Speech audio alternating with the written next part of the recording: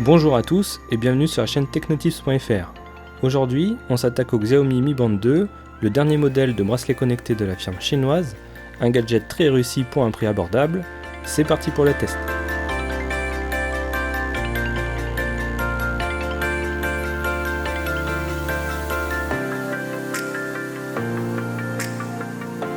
Après l'énorme succès des Mi Band 1 et Mi Band 1S, Xiaomi remet le couvert avec ce Mi Band 2.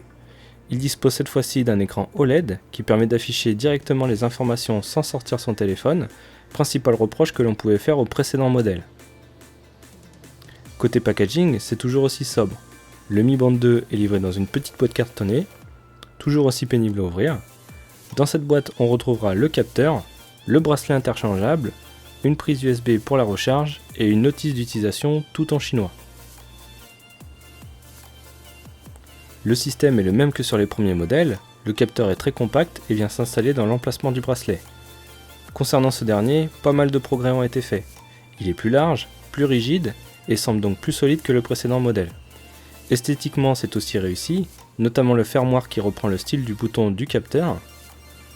Le bracelet n'est pas solidaire du capteur, on pourra donc le changer facilement si celui-ci est cassé ou si on veut une autre couleur. Passons maintenant à l'élément central, le capteur. Un peu plus gros que le Mi Band 1, il est plus lourd de 2 grammes pour atteindre 7 grammes et 17 grammes avec le bracelet. C'est toujours aussi léger et agréable à porter. Sur le dos, on retrouvera le capteur cardiaque et sur la tranche, les deux cosses pour la recharge grâce au câble USB. Enfin, sur le dessus, on retrouvera le nouvel écran OLED de 0,42 pouces vitré. Ça change des 3 petites LED des premiers modèles et renouvelle complètement l'usage du bracelet. En effet, il affiche directement les informations, l'heure, le nombre de pas, la distance parcourue, le nombre de calories brûlées, le rythme cardiaque ainsi que l'autonomie restante. Le défilement se fait grâce au bouton et il n'est plus nécessaire de sortir son smartphone pour connaître le nombre de pas ou même prendre son rythme cardiaque. Autre fonctionnalité intéressante, on pourra regarder le bracelet comme une montre pour que celui-ci s'allume automatiquement et donne l'heure. Enfin, comme une montre quoi. Comme sur les premiers modèles, le capteur est toujours étanche IP67, c'est-à-dire résistant à une immersion d'1 mètre pendant 30 minutes. Vous pouvez donc sans problème vous doucher avec ou faire du sport à grosse transpiration avec ce Mi Band 2.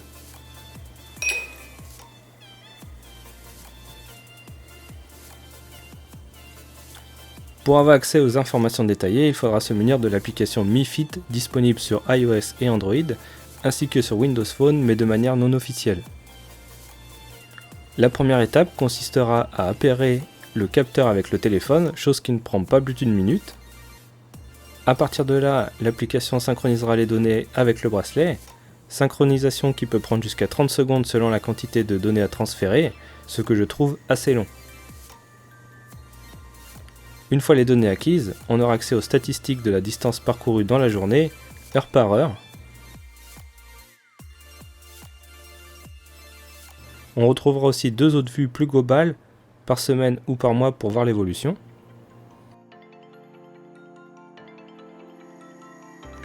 Ce Mi Band ne serait rien sans l'analyse du sommeil.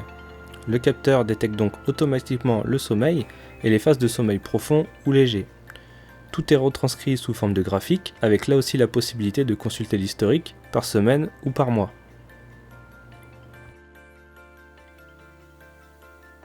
Pour poursuivre avec l'application Mi Fit, on retrouvera aussi la liste des derniers relevés du rythme cardiaque et une vue détaillée qui détermine automatiquement le type d'effort.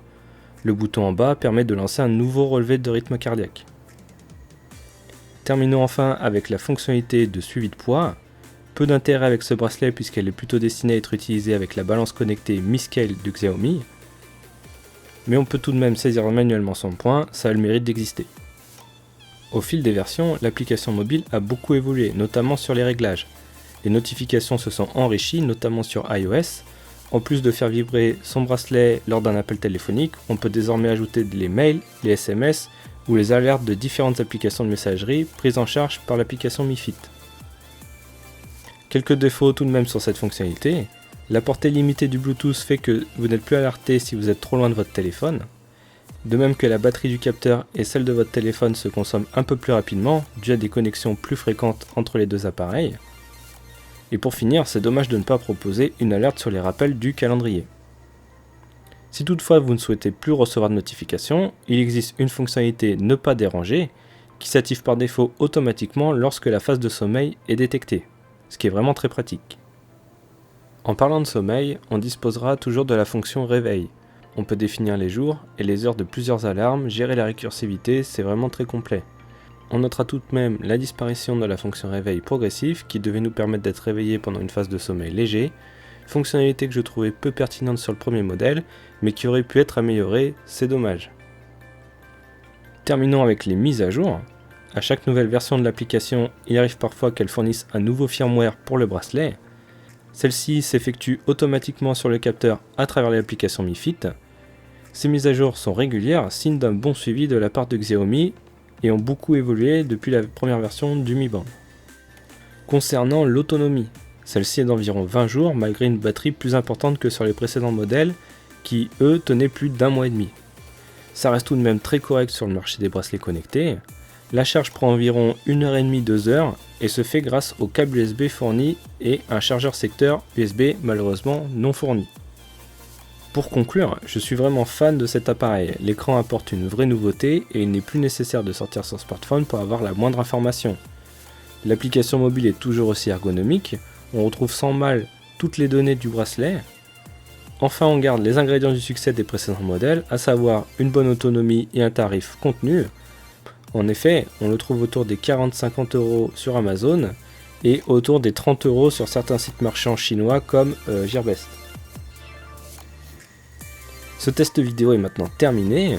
Si celui-ci vous a plu, n'hésitez pas à mettre un pouce bleu et à le partager. N'hésitez pas non plus à consulter le test détaillé sur technotips.fr et à vous abonner à la chaîne pour plus de tests, astuces et tutoriels high-tech.